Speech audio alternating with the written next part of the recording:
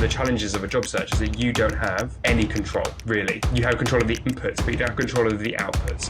And that can be very frustrating. Well, even the professionals spend, 95% of their time training and 5% of their time performing, right? The exact opposite to the way that the rest of us in the workforce are conditioned, where we spend maybe 5% of our working lives, in training and learning and development, and the rest of our time performing. Is the complete opposite. The job market has changed since the pandemic, and so have the rules. What worked 3 years ago no longer works. There's so much more noise out there and so much contradictory advice. We're here to help you cut past the noise and decode the new rules. And to guide you to your next opportunity. We're going to give you our shared expertise and help you figure out how to make the most of this post-pandemic talent market. So join us on this journey if you're open to work. Hello, James. Hello, Matt. This is a very bittersweet episode because not only is it the end of the Palm Springs sessions, it's the last time you'll see my fetching backdrop, but this is also going to be my last episode. I mean, obviously gutted to hear that and see that, and I know that you won't be kind of in the chair next to me, so to speak, but it's for something really exciting. So why don't you fill the audience in on what's been happening? Yes, and maybe this is something we should have foreseen when we started this journey together. But of course, neither of us knew what the future would hold. But I have fantastic news in that I have been offered a job. And because that job is back in the similar sort of milieu to what I've spent the last decade doing, I'm going to be in a leadership role in a large publicly traded company. That means I can no longer maintain a public-facing profile in the same way that I have been doing during what I've been calling my fallow period. And so it's super bittersweet. I'm so excited for my new role, but also this means the end of this journey that you and I have been on together.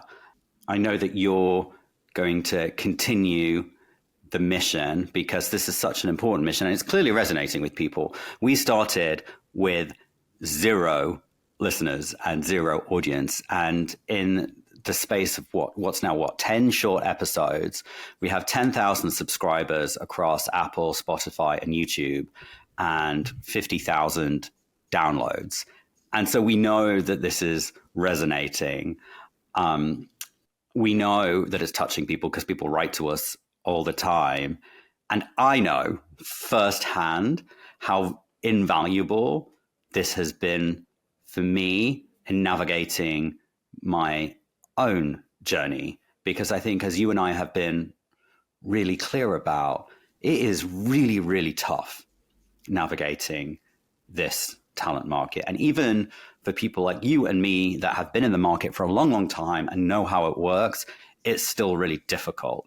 And there have been really, really low moments. And you and this podcast have helped me navigate through that. And so I'm so grateful for you and for this thing that we've built. I hope that it continues to help other people. And I'm super sad that I have to step away, but it's for the best possible reasons. What happens when you get a job? You're going to have to pass the baton to someone else. So Alderson James are one of the leading people and talent agencies. Since 2013, they've been responsible for over 1,000 people and talent hires, including one in a company that I used to work at. They helped me hire my head of technology TA. So I know the guys there pretty well. They've been responsible for scaling some of the most innovative companies in the UK and the EU. Also recently just launched in the US. So even folks in your neck of the woods now, James, can get involved for contingent, retained, and executive search. And they also now do embedded through AJX. So they can do it all.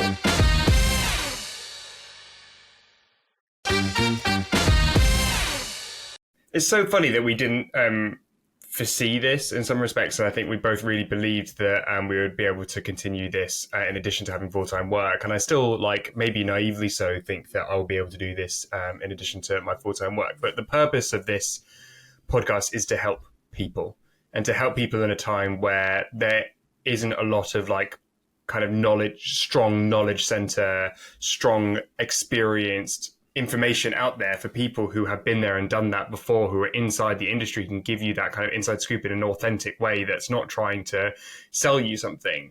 And that was why we started this podcast. And I think that that will be the case indefinitely. Even if the job market gets immeasurably better in the next kind of year, people will still need advice on how to navigate that. And we'll need to adjust, or I'll need to adjust the content, and how the OpenToWork podcast will change and adapt to what the kind of the landscape is. And that's, again, the kind of the power of what this podcast can do. It can react, it can adapt, it is always in touch with the industry because we are in the industry itself and we know what's happening behind the other scenes.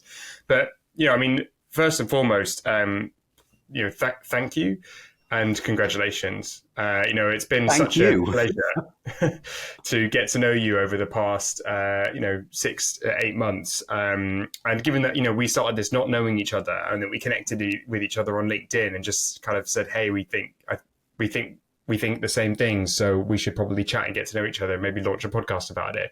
And to see where it's gone since then, it's been like an honor and a privilege to go on that journey with you, and I've learned so much from that. And the company that you're going to, which by the time this podcast probably goes out, people will be aware of what that company is. They're lucky to have you. They're so lucky to have you. It had to be a big and good opportunity for you to walk away from this, because I know how passionate you were about continuing this project. And so I just know that, they must be an incredible company, and it must be an incredible opportunity for you to walk away from something as cool as this and something as cool as me, to be frank. Yes, quite right. And there's a few things I want to say to that. Shout out to Daniel Space, who sent me such a sweet voice note.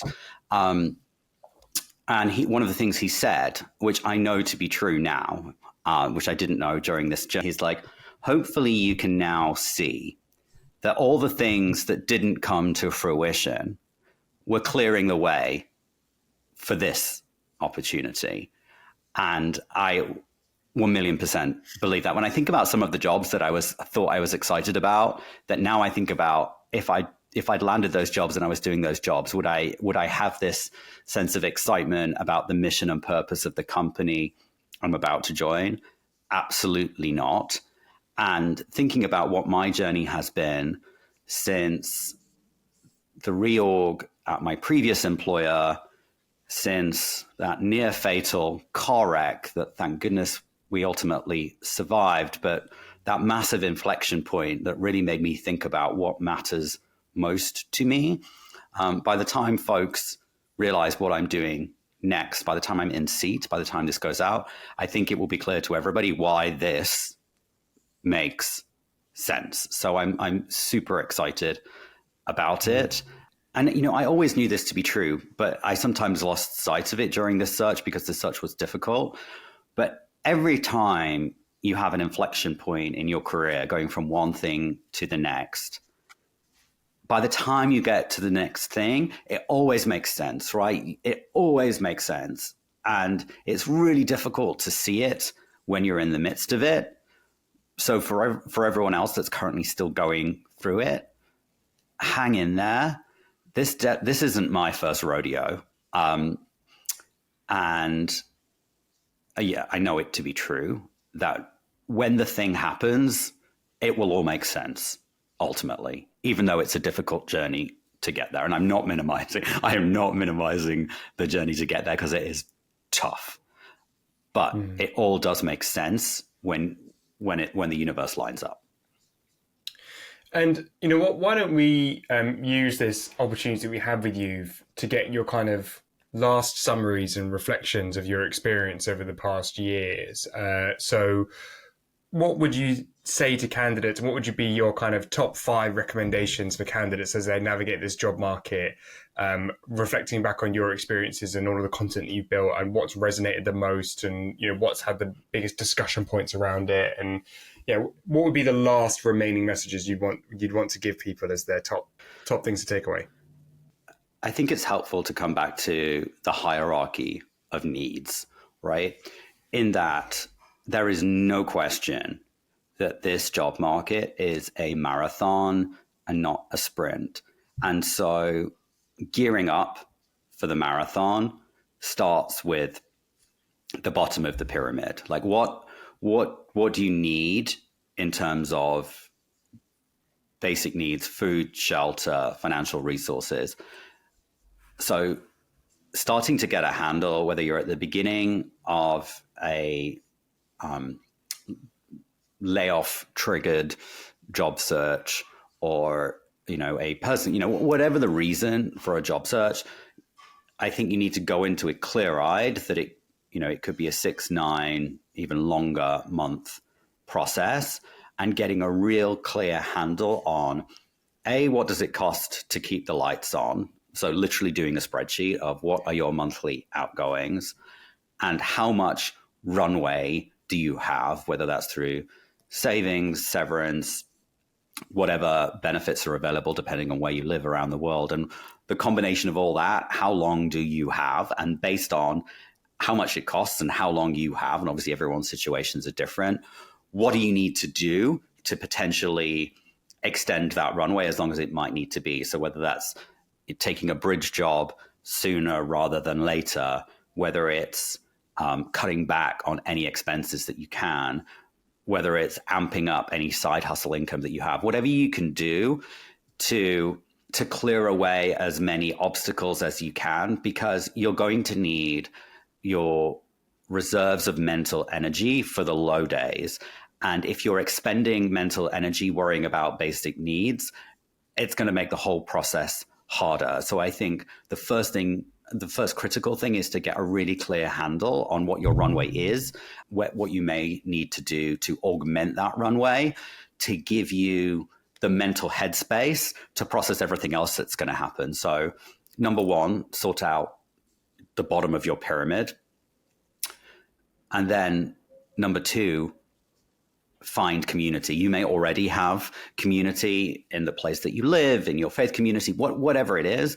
But if you don't already have a community that you can lead on, start to establish one. And you and I proved that it's possible to establish community virtually. We met on LinkedIn. We still have not met in real life. I hope we will get to meet real soon. Doubling down on the community that you have or establishing community is absolutely critical, because you will have low days. And those low days, you need to be able to talk about it, because it's only by talking about it that you can get through it, because it can be a really lonely process navigating the job market. And then 100% give back. And whatever that looks like, whether that's volunteering at your kids' school, volunteering at a food bank, giving away free coaching like you and I have, or even this podcast is our way of giving back, because in the low moments, when you give back, it helps renew your sense of purpose.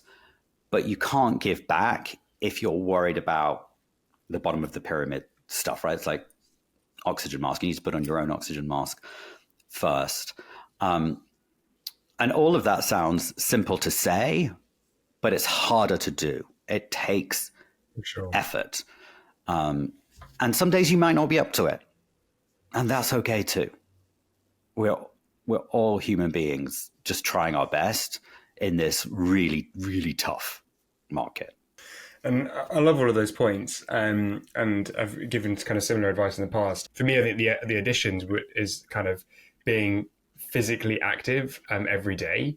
It's really well shown that being physically active keeps kind of things like depression and stuff like that and anxiety at bay. And I think there will be moments, even for the most mentally well-rounded of people out there, where they will feel the hurt of a long job search. And I know that I've definitely felt that, and I've written about that recently as well. And if you're a LinkedIn Premium subscriber, you can get BetterHelp for free at the moment for 4 weeks, which is worth taking a look at. But I think that being physically active for has massively helped me, and I've lost a ton of weight doing through this job search because I've been really really active, and then also having as you said, investing in that side hustle, like trying to find something else that's going to keep you mentally active. We were just talking before this about like some of my concerns, for example, and the collective concerns about people who have been out of work for some time and going like, how am I going to get back into work? And I think that if you can keep yourself mentally active, it means that you are still focused and you're still using your brain in a positive and productive way. But also, it means that when that moment comes, you are more mentally there. You're more mentally ready for that moment of work where someone else is asking you and telling you what to do. So having some sort of side project, be it a learning course, be it a puzzle that you've kind of bought from the secondhand shop or whatever it is, it's going to keep you focused and active every single day. For me, it's been this, building a business and building a coaching network, building this podcast with you, like that's kept me mentally active. And I think I would have really struggled had I not had something like this to come back to and rely on every single day to keep me focused. Saying I need to do one action that I have control over every single day that's going to relate to this podcast or relate to this piece of work that I'm doing just for me. Because one of the challenges of a job search is that you don't have any control, really. You have control of the inputs, but you don't have control of the outputs. And that can be very frustrating. And so try and find something where you have control of those outputs, like exercise, like a little bit of side work, like completing a puzzle, like you have control over that. And I think that will release the serotonin that will make you feel like you've achieved something and that will give you kind of a positive mindset. Yeah, get outside, especially if you're in a layoff situation and you have more time on your hands than you otherwise would. You can pursue things that you wouldn't normally have the time for, like really long bike rides or long hikes. It doesn't need to, you don't need to incur any expense to be physically active. I think taking rest is something that I've also thought a lot about, and I know that comes from kind of a position of privilege, and that I feel like I can take rest, etc. I don't have children, and my wife works, so I'm able to kind of take a couple of days out. And I know that some people feel that pressure of not being able to do that when they have kids, or that they become a full-time parent, etc. And I know that can be really tough, and I have absolute respect for that. But if you can find your own way to rest and to step away from the job search, like the job search shouldn't be a 9-to-5 job. It might feel like the pressure of it is to be that, but only allocating a certain number of time a day to your job search and then finding, putting time aside for everything else, I think is really, really important. And, trying to still take a little holiday, even if it's like going and staying with your family or friends or whatever, or it's like just stepping away from the whole rat race, I think can mean that you come back re-energized for the next run. You can't run, not everyone is able to run marathon after marathon after marathon. only the professionals, and there's very few of us out there that do this in this job search. Well, even the professionals spend 95% of their time training and 5% of their time performing, right? Yeah. The exact opposite to the way that the rest of us in the workforce are conditioned, where we spend maybe 5% of our working lives, in training and learning and development, and the rest of our time performing. It's the complete opposite. You need to do this mental backflip. And as someone who's now leaving the job market, and again, congratulations, what is your current sense of where the job market is at right now? I've been saying for a while that I'm seeing green shoots of recovery. And my barometer has always been what is happening to recruiters. Because if recruiters are going back to work, that's a really good sign for everybody else. Because companies don't hire recruiters unless they're going to hire everybody else. And as listeners of this podcast know, and people that follow me in Forbes and LinkedIn, for most of the past year, I've been opening my calendar every Tuesday morning to give away free coaching sessions. I've coached more than 300 people now, which has been such a joy. And a disproportionate amount of those people have been recruiters for obvious reasons, because recruiters were disproportionately impacted by the layoffs last year. And many, many, many of the people that I have coached are now back in work. And also many of the other non-recruiting professionals, the marketing folks, the sales folks, the software folks that I've coached, they're also back in work. I've had so many messages recently from folks that I've coached that are back in work, which is wonderful news to receive just personally, but also it's a positive indicator for everybody else as well, that the uncertainty that we've seen in the market is slow. It's not like a complete sea change, but I do feel like it is getting better, especially here in the US. And I think that's interesting to hear, especially in the context of the US election coming up later this year, and that there's even confidence kind of ahead of that, that businesses are going to continue to grow regardless of what happens, right?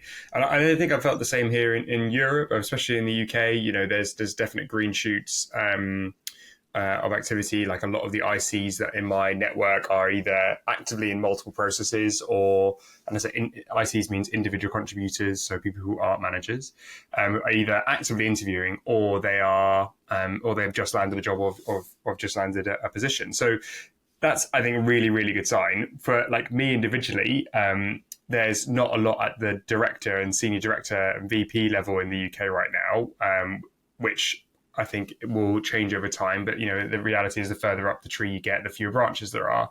And so it just means that you have to wait a little bit longer and be a bit more patient. And so that's fine. And I accept that. But I know that as more recruiters get hired, eventually they'll need people to manage those recruiters. And so that kind of happens over time as well. So as we come into the summer months, what is your perception on what the market may or may do? I know we're sort of looking into a crystal ball here, but I think it is sometimes useful for us to give a reality check on like what is possible that could be around the corner for people, as from our experience of seeing the trends of the last, of decades of being in recruiting. And so in your experience, what typically happens in July and August in the US or around the world in recruiting? I've got to roll out my standard phrase. It depends. It depends where you are. Obviously in continental Europe, everything shuts down July and August because everybody goes on vacation. So that really slows things down. In the US, less so, but there is it does slow a little bit between Memorial Day and Labor Day, which is like the official beginning and end of summer here in the US. And when's Memorial Day? When's Labor Day? Memorial Day is end of May 28th, and Labor Day is September 5th, usually around then.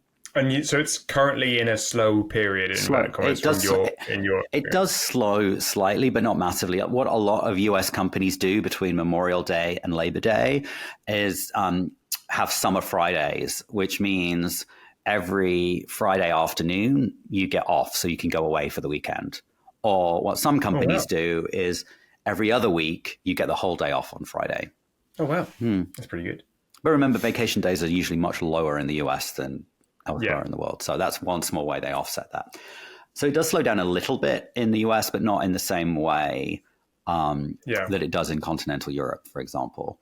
And then... Well, I think even in the UK as well, it slows down significantly as most of the UK goes away, especially in August specifically. Like July, I think you start to see the kind of early indications that we're starting to slow. But if like the reality is, if you're in a process that starts in August, you're probably still going to be in that process deep, like in September, and there's very few brand new jobs and stuff that get kind of popped up in August, in my experience in the UK.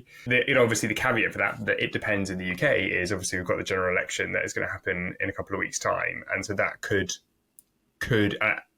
change businesses' perceptions on what happens next, but it's unlikely that will happen. Well, I'm not a macroeconomist, and I say this all the time, but I do listen to them. And at one of LinkedIn's recent executive briefings, Karen Kimbrough, who's their chief economist, pointed out, and I didn't know this, that 50% of the world's population is in an election year this year. It's not just the UK and the US. We tend to get really internally focused on the places that we live, but literally 50% of the world's population will go through an election this year. So it's pivotal time around the world. Elections happen for the most part every 4 years, and business continues come what may. And sure, elections sometimes have an impact on the stock market, but the stock market isn't necessarily directly connected to how a business is going to invest going forward. Sure, it impacts the perceived value of an organization, but doesn't necessarily affect free cash flow. And obviously businesses, plan over the long term, not over the short term. So yes, it's an election year in many places around the world, but I don't know if that means that we're going to start hiring. I don't know about that. Yeah. Okay. And so I guess just if last kind of comments to folks out there who obviously applauded you and congratulated you and excited for you, but any last notes to the Open to Work community? I just want to reiterate what a joy this has been and how meaningful it's been and how helpful it has been. And I just hope that if those things are true for me, that they're somewhat true for the folks that have been listening. And I really hope that what we have shared and what you will continue to share helps folks navigate this, helps folks find the reserves that they'll need to navigate this, and is also somewhat reassuring that this too shall pass, right? These unexpected seasons in our lives come along, whether we want them to or not. They often come along to teach us something, whether or not we want to learn what that thing is. And hopefully in hindsight, we can see the lesson that the universe was trying to teach us. Yeah, and I think to be clear to all listeners out there and watchers, this is going to continue. It won't look and feel the same, but it will continue. And we absolutely welcome your input on, who you think you want to see on, who do you think, what sort of topics we should look at, how we can support you. You're ultimately the person who's going through this experience, and we want to be able to help bring our knowledge and experience to bear. We have a fantastic network that we can tap into to bring folks on who are going to add an enormous value to your job search. So if you have any input and want to share your thoughts, then please write into us at OpenToWorkPod@gmail.com, because we would love to hear any thoughts on the next iteration of the Open to Work podcast. Right into you, unless you're starting to refer to yourself in the royal we. It's not us anymore. I was, and I think that's going to be a hard habit to change. I was even out at an event yesterday, and I was referring to us as we, and because I think you're, regardless of whether where you are in the world and whether or not you're active in the podcast every single week, this is a really big part of you. And the Open to Work podcast is your baby still, and is part of like something that you've given out to the world. And I think it will be be hard to come onto this studio, our virtual studio, and not use the term we. I think so. But it's been a pleasure, genuinely. Oh, it so has. It's been such a joy. I really want to meet you in person. Yes, we will make that happen later this year. Once I'm settled. Exactly, once we're settled. And, and good luck from all of us in the Open to Work community. Good luck. Thank you. Good luck to everyone that's listening. We all need it. Okay, so I'm not going to ask where we can find you, because it sounds like you're going to be posting less and less and won't have your regular spots. We might not know where to find you as regularly, but you'll still be on LinkedIn somewhat, I would expect. So you can find James on LinkedIn. For us, you can, for me even, you can find me on MatthewParkerAdvisory.com, at Matthew Parker on LinkedIn. And obviously write into us at OpenToWorkPod@gmail.com. You can find the Open to Work Pod on YouTube, on TikTok, on Spotify, on Apple Podcasts, wherever we are, you'll be able to find us. So, and thank you so much. As we've said, the journey will go on. We want to help you. That's what we're here for. So even if James isn't a part of that journey, we still want to find ways to be able to support you on navigating this kind of really challenging time in most people's lives. So please continue to tune in and continue to share and continue to share us the love, because, we're here to help. Okay. And until you come on maybe as a guest in the future one day. Exactly right. Okay. Good luck. Thank you.